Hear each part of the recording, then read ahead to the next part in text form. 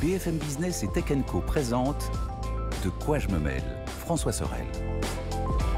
Bonjour à toutes et à tous, merci d'être là, bienvenue sur BFM Business et bienvenue donc dans De quoi je me mêle, votre rendez-vous tech du week-end. Je suis très heureux de vous retrouver et merci de nous écouter ou de nous regarder dès le vendredi à partir de midi. Vous avez le podcast audio en exclusivité, la version vidéo aussi qui vous attend sur la chaîne YouTube de Tech & Co et puis après le week-end bien sûr à la radio et la télé sur BFM Business. Alors, au sommaire de ce De quoi je me mêle, tout à l'heure, eh bien ce sera Christophe Joly qui ouvrira les livres poussiéreux de la tech.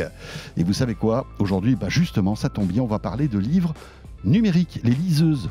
C'est quoi l'histoire des liseuses? Quand est-ce qu'elles sont arrivées? Et voilà, quelles ont été les évolutions technologiques de cet objet que moi j'utilise beaucoup, qui a complètement révolutionné ma manière de bouquiner. On en parlera tout à l'heure avec Christophe Joly. Je vous rappelle aussi qu'il y a le hashtag DQJMM, bien évidemment, si vous voulez réagir sur tout ce qu'on vous raconte chaque week-end. Encore une fois, merci d'être là. C'est parti pour De quoi je me mêle.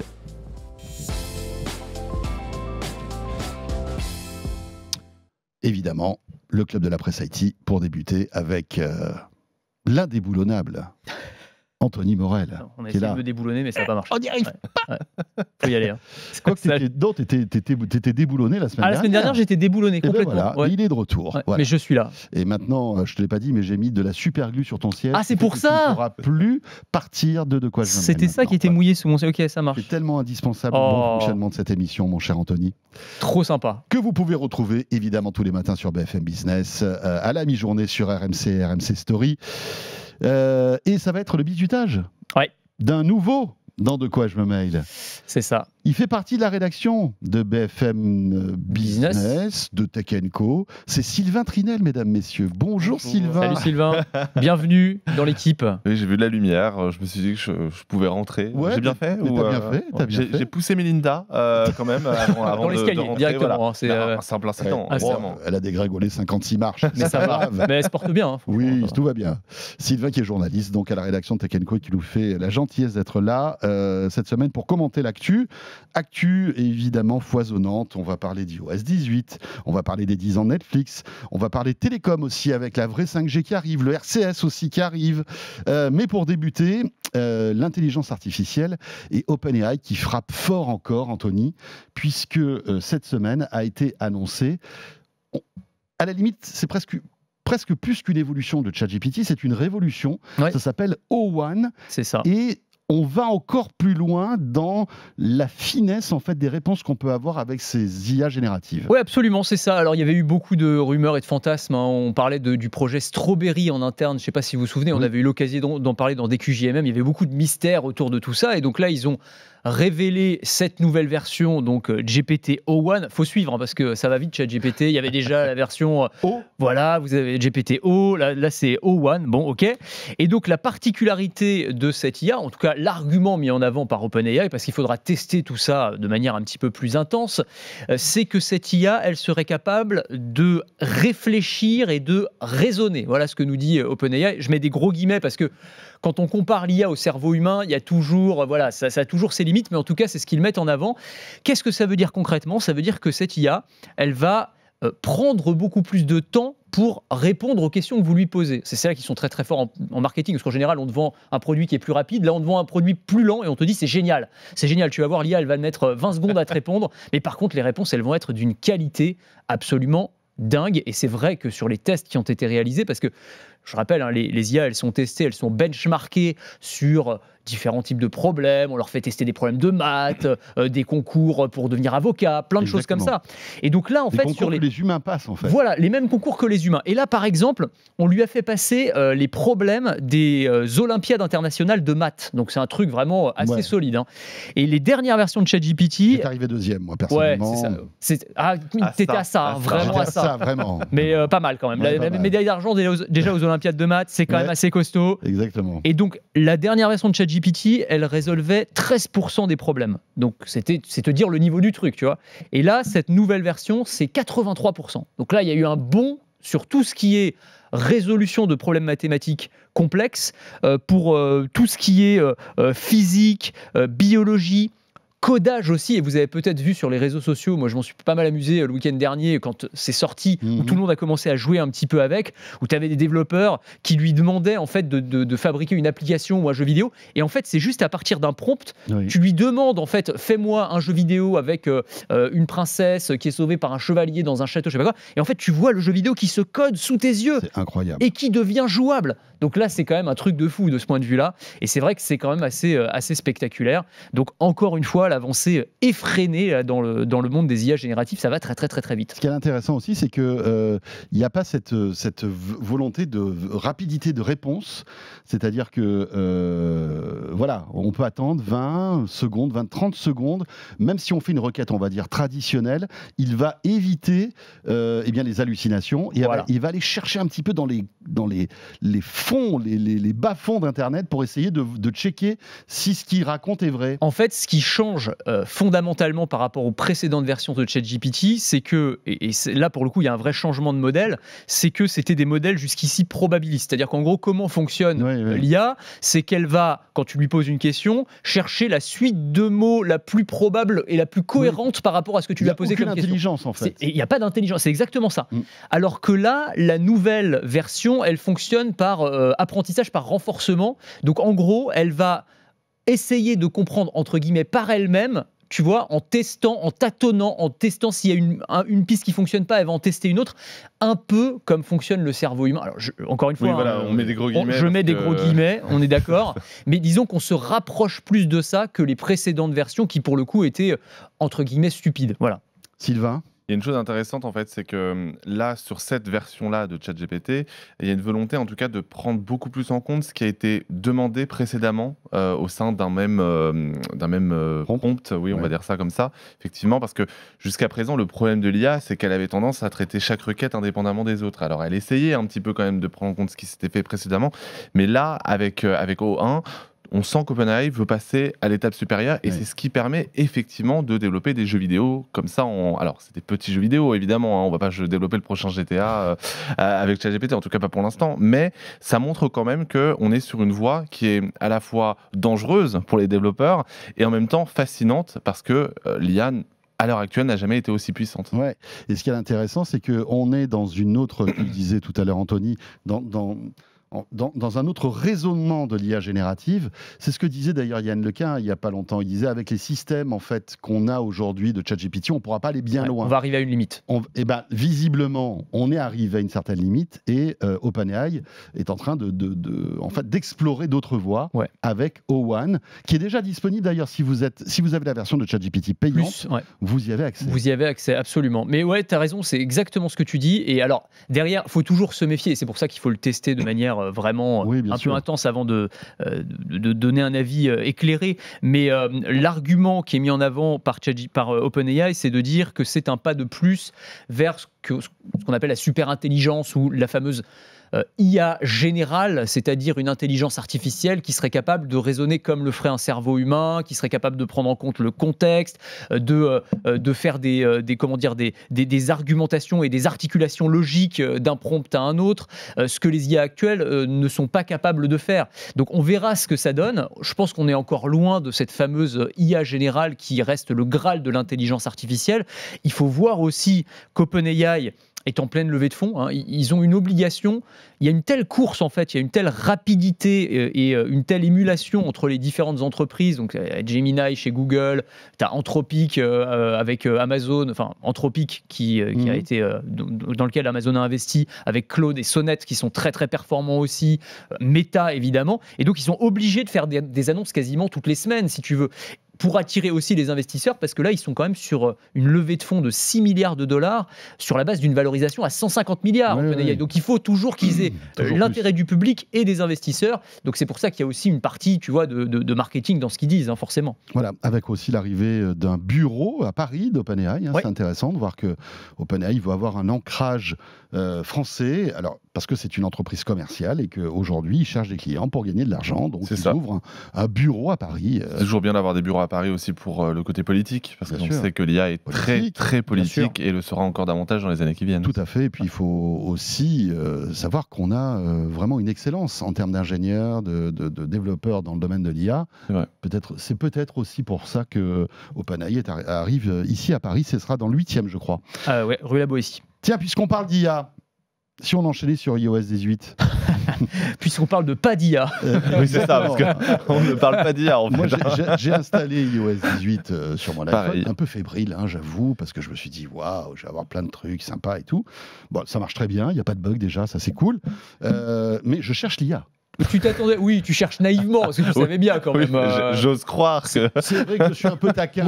Oui, voilà. Un tout petit peu. C'est pas comme si on le disait depuis un C'est mois. vrai, Ah, c'est vrai. Bon, Mais l'Apple Intelligence, je me suis dit peut-être qu'on allait avoir un petit sur un malentendu. tu vois, sur un malentendu, un petit truc, paf. Eh ben, pas grand-chose. Il y a beaucoup de choses qui manquent dans la version européenne, mais plus qu'on ne le pensait, je pense au moment de tout ce qu'on a appris sur Apple Intelligence, je pense notamment à la transcription des mémos.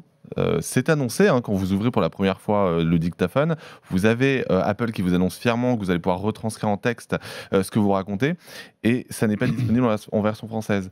Pareil, le mirror, le fait de pouvoir avoir l'écran de son iPhone sur son Mac, tout ça, c'est des choses qui ne sont pas dispo en Europe, qui sont limitées aux États-Unis. Je pense que c'est d'une manière globale, cet iOS 18, en fait, il est intéressant sur le papier parce qu'il bouscule un petit peu les habitudes d'utilisateurs iPhone. Mais c'est pas du tout la révolution que nous avait vendue Apple au mois de juin dernier. Je me rappelle vraiment, hein, on en avait fait tout un foin, et à juste titre parce que c'était intéressant. Mais en fait, on se retrouve avec une simple version plus personnalisable d'iOS. Ouais, C'est vrai que sans cette IA, cette iOS 18 est un petit peu faiblard. Quoi. Insipide, ouais, c'est clair. Voilà, et d'autant que, alors, ce qui est marrant, c'est que même les Américains n'ont pas l'IA pour l'instant, parce que ce sera à partir de iOS 18.1 aux États-Unis, donc qui doit sortir au mois d'octobre. Et c'est qu'une partie, hein. Et oui, c'est ça, et c'est qu'une partie. Donc tu te dis, c'est quand même, enfin, c'est bizarre d'avoir fait ces annonces, et puis, enfin, normalement, ça devait être le gros morceau d'iOS 18. Je sais pas, est-ce qu'ils ont pris du retard, est-ce qu'il y a eu des bugs à corriger, enfin, en tout cas, il a dû se passer des trucs en interne parce que c'est très étonnant. À corriger. Oui, complètement. Moi, je pense notamment à Siri qui n'arrivera pas en 18.4, donc début d'année prochaine. Donc c'est vraiment, et pour le coup, c'est le gros morceau d'Apple Intelligence, Siri. C'est vraiment l'assistant d'iOS qui va prendre tout votre iPhone et qui va vous proposer des résultats en fonction. Enfin voilà, ça va devenir. D'un coup, Siri va devenir sympa, quoi. C'est ça. Et un peu moins abruti. Exactement. C'est ce qu'on dit, mais tout ça n'arrivera pas avant le début d'année. Donc je ne comprends pas. Alors certes, probablement parce que pressé par les investisseurs. Voilà, Apple devait faire des annonces sur l'IA, mais en fait, à trop être pressé, à la fin, en fait, finalement, on n'a pas grand-chose. Et c'est vraiment très frustrant. Et puis moi, je suis déçu parce que je pensais générer, grâce à l'IA générative, des nouveaux smileys. Mais oui, les emojis. Mais ouais. On peut le faire sur WhatsApp en attendant. Mais voilà. Mais là, ils sont pas sur iPhone. C'est dommage. Pas tout ce qu'on nous avait promis, voilà. Raté. Mais ça explique peut-être d'ailleurs que les préventes, visiblement, sont pas incroyables sur les nouveaux iPhones. Sur les iPhones, sur les Pro et les Pro Max notamment.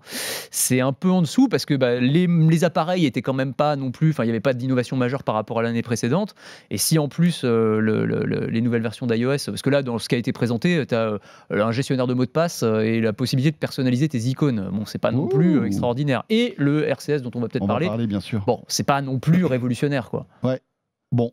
On verra peut-être que dans les prochaines versions d'iOS, on sera émerveillé par cette IA. C'est tout ce qu'on souhaite en tout cas. Bien sûr. Oui, belle transition parce que dans cette mise à jour iOS 18, il y a quand même une petite révolution en termes de communication. C'est le RCS qui est en train d'arriver. En fait, je crois qu'il a été déployé dans iOS 18, mais maintenant, il faut que les opérateurs télécoms français mettent à jour leur réseau pour que ce soit compatible.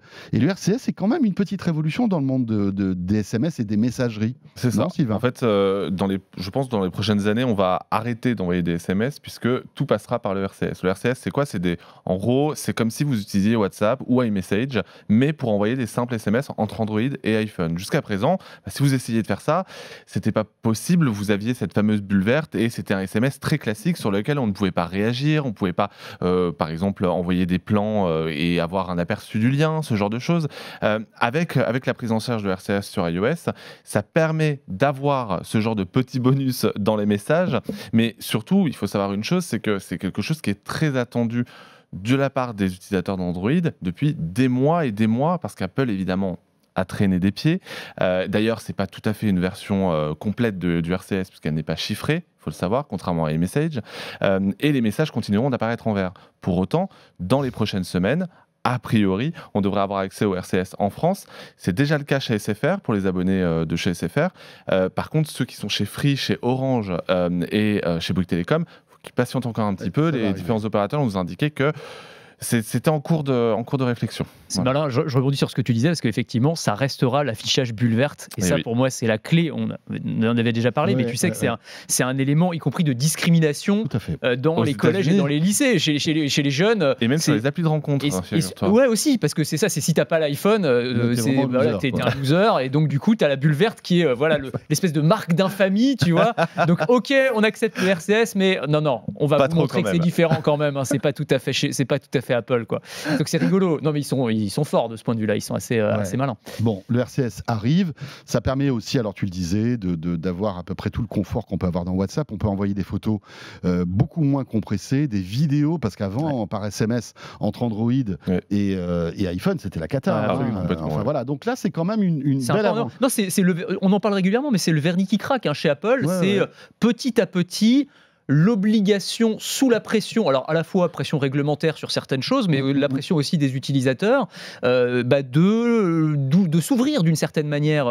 Et RCS, il y a encore quelques années, chez Apple, c'était un nono, quoi. C'était impossible. Cook avait dit récemment, il n'y aura jamais de RCS, c'est pas assez sécurisé, etc. Et puis bon, je pense que le DMA est passé par là. Je pense qu'il y a aussi, je crois, une pression en Chine, parce que je crois que la Chine passe tous les téléphones au RCS, et je pense qu'entre la pression chinoise et européenne, à un moment donné, cédé parce qu'il s'est dit ça va se retourner contre moi. Mais quand tu cumules ça, donc tu dis effectivement pression chinoise, donc ils sont obligés de se mettre au RCS, pression européenne, donc ils sont obligés de passer à l'USB-C. Tu vois, c'est intéressant quand même de voir cette forteresse. Apple est en train de se fissurer à certains endroits. Il y a une chose d'ailleurs que l'on n'a pas dit et qui arrive avec iOS 18, notamment en Europe, mais pas que, c'est qu'on va pouvoir changer la quasi-totalité des applications par défaut. On va pouvoir supprimer Safari, par exemple. On va pouvoir ne plus utiliser iMessage. Supprimer l'appareil photo, je crois. Voilà, on va pouvoir supprimer l'appareil photo. Enfin, c'est des choses, en fait, je pense que c'est aussi pour ça qu'il y a le RCS. C'est parce que iMessage va pouvoir être remplacé par une autre application de SMS. Donc, du coup, Apple essaye de muscler son jeu en disant, alors oui, si vous êtes entre utilisateurs d'iPhone, iMessage reste la meilleure application. En revanche, si vous envoyez vers Android, on vous offre un peu de ça, contentez-vous de ça, mais c'est déjà pas mal. Voilà. Je trouve que c'est bienvenu de leur part, et en même temps, à chaque fois, c'est jamais vraiment suffisant, quoi. Ouais, c'est clair. Puisqu'on parle Apple, un mot sur la fameuse mise à jour des AirPods comme aide auditive. Ça y est, ça a été validé par la FDA. Oui, ça c'est un vrai pas en avant aussi, pour Apple. La FDA, donc on rappelle, c'est l'autorité américaine de la santé, de mise sur le marché de médicaments et de dispositifs médicaux. Et donc la FDA estime qu'effectivement, les AirPods avec cette nouvelle mise à jour peuvent être considérés comme des aides auditives. Donc c'est assez intéressant, c'est-à-dire que Apple, alors on parle des AirPods Pro 2, à deux choses en fait. Via une mise à jour logicielle, on a la possibilité de réaliser un test auditif à la maison. Donc on est chez soi et depuis l'application avec les AirPods dans les oreilles, on va vous envoyer des bip bip, oreille gauche, oreille droite, tester différentes fréquences, est-ce que tu entends bien, pas bien, et on va avoir un test personnalisé comme on pourrait l'avoir chez le médecin. Et à partir de ça, en fait, les AirPods vont optimiser certains sons, certaines fréquences dans certaines situations. Si tu es en face de quelqu'un que tu discutes avec lui, tu vas avoir les micros directionnels de l'AirPod qui vont écouter et amplifier le son de la personne qui se trouve en face de toi en écartant le brouhaha ambiant. Enfin, c'est intéressant parce qu'on parle de dispositifs médicaux, les aides auditives, qui coûtent excessivement cher. Alors, ça peut monter jusqu'à plusieurs milliers d'euros. Il faut être clair sur le fait que les AirPods ne vont pas remplacer ces dispositifs dans le cas de surdité ou de surdité lourde, des choses très, très, très impactantes. On est sur des problèmes de perte auditive légère à modérée, mais enfin c'est quand même pas mal. Il y a un Français sur 4 qui entend mal, et il y a beaucoup de gens qui ne sont pas appareillés pour des raisons de budget, pour des questions de ah non, il y a un côté un peu encore stigmatisant, même si maintenant ça s'est beaucoup miniaturisé, mais enfin quand même. Mais c'est ça qui est intéressant, c'est que justement, avec cette prise en charge-là, ils vont rendre cool les dispositifs médicaux. En tout cas, petit à petit, les dispositifs médicaux vont prendre ce design-là des AirPods. On va en retrouver, je pense. Et ça peut justement permettre de moins stigmatiser ces gens-là et que, en tout cas, que ces personnes-là aient moins l'impression d'être regardées un peu bizarrement. Ouais, parce qu'ils portent après, quelque ça chose, veut quoi. quand même dire que quand tu discutes avec les gens, tu es avec les AirPods dans les oreilles. Ce qui est un peu. Quand tu es en face de la personne. Moi, quelqu'un qui est en face de moi qui discute et qui a les AirPods. C'est un peu après, gênant. si tu sais qu'elle est malentendante, évidemment, Oui, tu bien sûr, l'acceptes. bien sûr. Mais de base, je trouve ça bizarre. Voilà. Mais après. C'est l'un des rares produits qui cause la surdité et qui va la soigner. C'est exactement ça. Non, mais c'est tout le paradoxe du truc. C'est très amusant parce que les jeunes qui aujourd'hui écoutent à fond la musique dans leur truc, on sait très bien que dans 30 ou 40 ans, ils n'entendront plus rien, mais c'est cet appareil qui aura tué leurs oreilles qui leur permettra peut-être d'entendre un peu mieux. Exactement. C'est assez amusant, je trouve. Utiliser les casques à conduction osseuse qui fonctionnent très très bien et qui font moins mal aux oreilles. Oui, c'est vrai. On parle télécom, tiens, puisqu'on est dans l'univers iPhone, etc., avec une avancée majeure dans le domaine de la 5G. Sylvain, puisque ça y est, la 5G SA, qui est la vraie 5G. C'est ça, on peut dire que c'est la vraie finalement, 5G, arrive chez les opérateurs français. Elle arrive, elle est disponible chez Free, elle est disponible chez Orange aussi. Alors, elle est disponible chez Free au niveau national, et c'est ça la nouveauté, c'est-à-dire qu'il y avait déjà de la 5G SA, je crois, chez Orange, dans certains quartiers ou dans certaines zones. Là, l'avantage de Free, c'est qu'ils appuient sur un bouton, et cette fameuse 5G SA, elle est partout où il y a du réseau Free, quoi. Et surtout, elle se fait sans surcoût pour les abonnés Free, ce qui est plutôt pas mal. On verra comment Orange, qui a officialisé en fait il y a quelques heures son offre, d'ailleurs ils l'ont appelé 5G+, puisqu'on avait fait un peu la même chose avec la 4G+. Alors la 5G SA, c'est quoi? Standalone, c'est une 5G qui va permettre à la fois la voix et les données de passer par une antenne 5G avec une certaine fréquence en particulier. Donc tout va se faire par la data, et c'est assez intéressant parce que ça peut permettre, en tout cas pour le grand public, d'avoir notamment des appels qui seront de bien meilleure qualité, mais aussi une vitesse des débits bien supérieure à ce que l'on a actuellement, une latence aussi qui sera beaucoup plus faible. C'est intéressant ça parce que la latence, c'est ce qui tout simplement permet à un serveur sur lequel vous êtes par exemple en train de jouer aux jeux vidéo, vous appuyez sur le bouton de la souris pour tirer, c'est le temps avec lequel le serveur va recevoir l'information. Et en fait, c'est l'aller-retour de la requête. Voilà, c'est l'aller-retour. Et le problème, c'est que chacun qui a testé les antennes 4G ou 5G peuvent le dire, le problème, c'est la latence. Aujourd'hui, avec cette 5G SA, l'objectif, c'est de réduire la latence au minimum. On parle, par exemple, je crois que j'ai vu des tests passer, on est à 10 ms, voire 15 ms, ce qui est très peu. Normalement, avec de la 5G, on est plutôt aux alentours des 50 millisecondes. Donc, on a déjà des premiers résultats qui sont assez fascinants. Et à côté, pour les collectivités, et c'est là le cœur de cible de Free et d'Orange, c'est pouvoir proposer de la 5G, de la très bonne connexion, là où la fibre ne peut pas être installée. En tout cas, c'est l'objectif. Ouais, j'espère. En fait, le truc, c'est en t'écoutant, j'ai l'impression que en fait, c'était la promesse de la 5G au début, quoi. C'est-à-dire que quand on nous a vendu la 5G, on nous disait vous allez voir, ça va être plus rapide et il y aura pas de latence. Et résultat, en fait, il n'y a pas tellement de différence avec ce qu'on observait sur la 4G, et ça a été hyper déceptif, j'allais dire décevant pour les consommateurs, parce que tu as beau avoir le petit logo 5G sur ton téléphone, tu ne vois pas la différence. Oui, c'est la fameuse 5G logo, effectivement. Exactement. Donc là, peut-être qu'on va enfin arriver à quelque chose qui va avoir une valeur ajoutée pour le consommateur. Alors, je suis pas sûr non plus. Je pense pas. Moi, je serais plus optimiste parce que le truc, c'est que là, on va passer sur de l'infrastructure qui est entièrement en 5G. Et alors oui, que même précédemment, le cœur de réseau. Voilà, même le cœur de réseau. C'est ça qui est... Là où précédemment, on était sur de la 4G. Ouais. Donc forcément, on va quand même avoir une certaine différence. On avait le logo 5G qui s'affichait.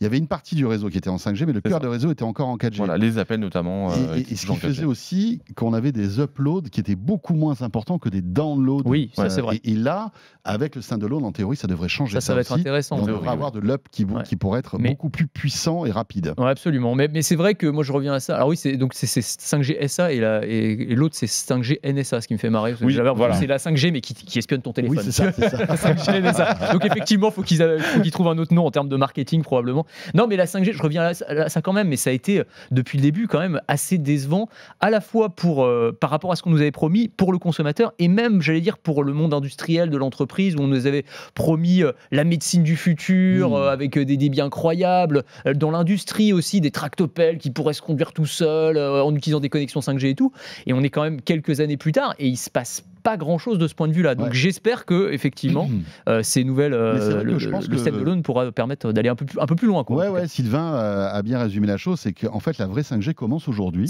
avec cette mise à jour de réseau, et peut-être que tous les usages dont on parlait il y a quelques années vont enfin arriver. Surtout avec la multiplication des offres de 5G Box, et ça c'est justement sur mais ça veut dire qu'on nous a un peu pipoté jusque-là, c'est ça que je veux dire. On a vendu la peau de l'ours avant de l'avoir tué.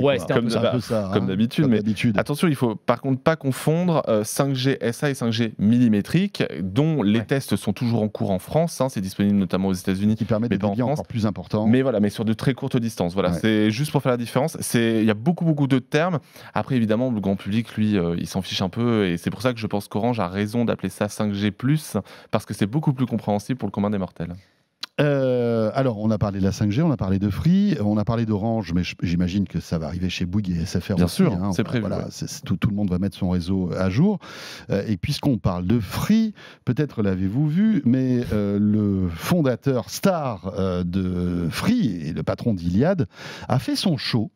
C'était jeudi soir à l'Olympia. Alors ça, c'est quand même assez étonnant, parce que l'Olympia, en général, il y a des mecs qui jouent de la musique, ou des humoristes, ou des trucs comme ça. Il est un peu humoriste aussi. Oui, il a essayé en tout cas, visiblement. Et Xavier Niel est monté sur scène jeudi soir. Il avait son nom, en gros, sur l'Olympia. Et il a parlé de lui. C'est ça, en fait. C'est ça. À l'occasion, évidemment, de la sortie de son bouquin. De son autobiographie, c'est marrant. Moi, en fait, ce que j'en retire, j'y étais pas. Je connais pas mal de monde, il y a beaucoup de monde à la rédac qui était, qui nous en racontait un peu. J'en ai vu pas mal d'extraits aussi sur les réseaux sociaux. Je voulais y aller, mais j'étais à l'antenne. Mais oui, c'est ça. Donc c'est un petit peu compliqué. Mais enfin, on en a vu l'essentiel via les réseaux sociaux, et ça avait l'air assez marrant, etc. Je pense que, en gros, le principe, c'est il s'est fait plaisir. C'est genre...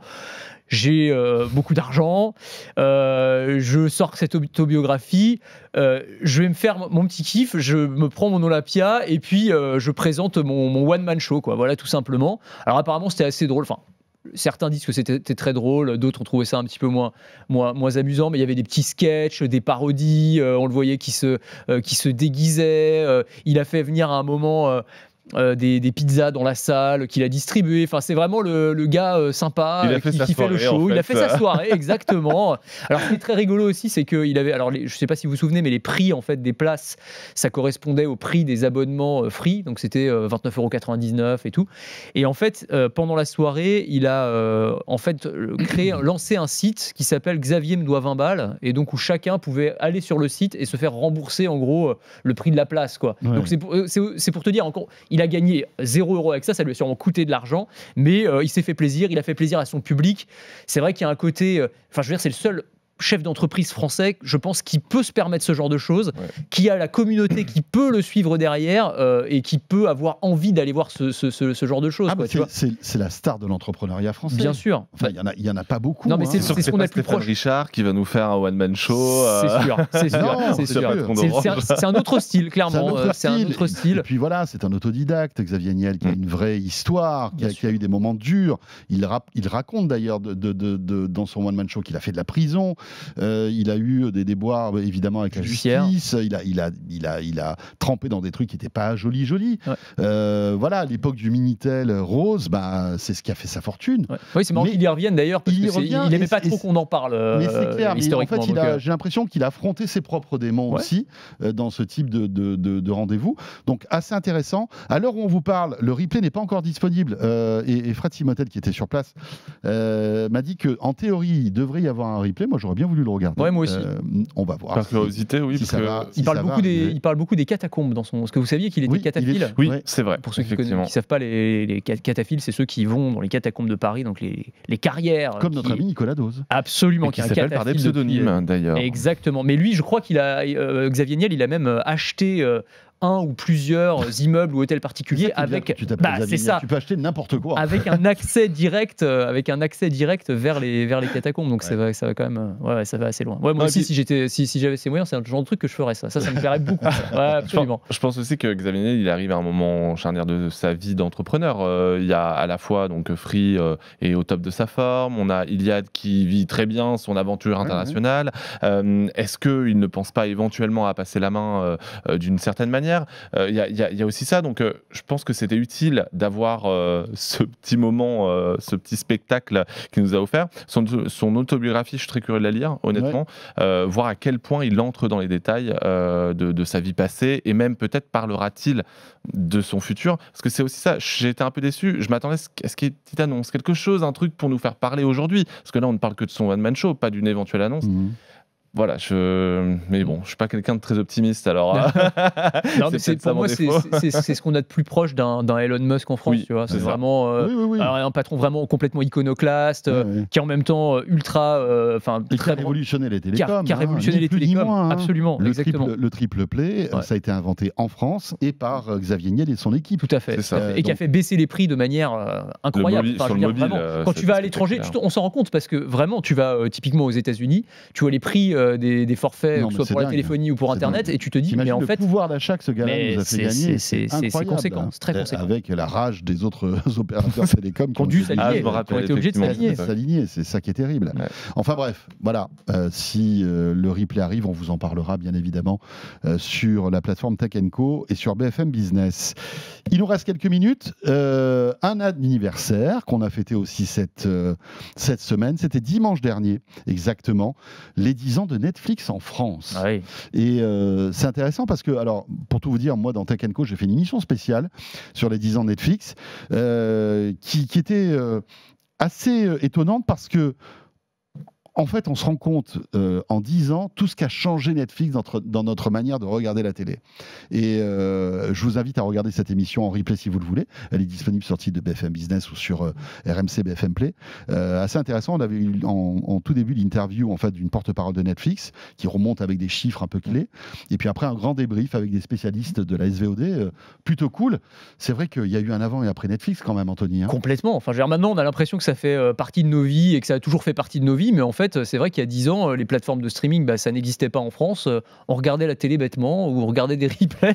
Non, mais tu vois, c'est vraiment un truc qui a transformé complètement le rapport qu'on a avec les écrans, tout simplement. Quoi. Le fait de pouvoir regarder des séries et des films à la demande sans avoir besoin. Cette sensation d'abondance, en fait. C'est ça, le buffet à volonté. Moi, c'est vraiment ce truc, quand tu as pris ton abonnement. D'ailleurs. Oui, alors c'est trop, probablement. Parce que des fois, tu passes 1 heure à choisir et puis après, tu t'endors. Tu ne choisis pas et voilà. Tu t'endors devant l'interface. Non, mais la puissance de Netflix, c'est ça. C'est-à-dire, c'est de savoir mieux que toi ce que tu as envie de regarder. Moi, c'est ça qui me fait halluciner à chaque fois. C'est-à-dire leur algorithme de recommandation qui est au cœur de la machine Netflix est incroyablement puissant. Et quand tu vois le niveau de détail dans lequel ça va, parce que c'est pas seulement ils voient les séries que tu as regardées et ils vont te proposer des séries du même genre. Ils vont analyser à quel moment tu as fait pause dans la série, quel type de contenu tu regardes le matin, le midi ou le soir. Ils vont te proposer des vignettes qui sont personnalisées. Tu sais, les vignettes pour t'afficher les films. Si je regarde, si François et moi, on nous propose tous les deux le film Titanic, ça va pas être la même vignette.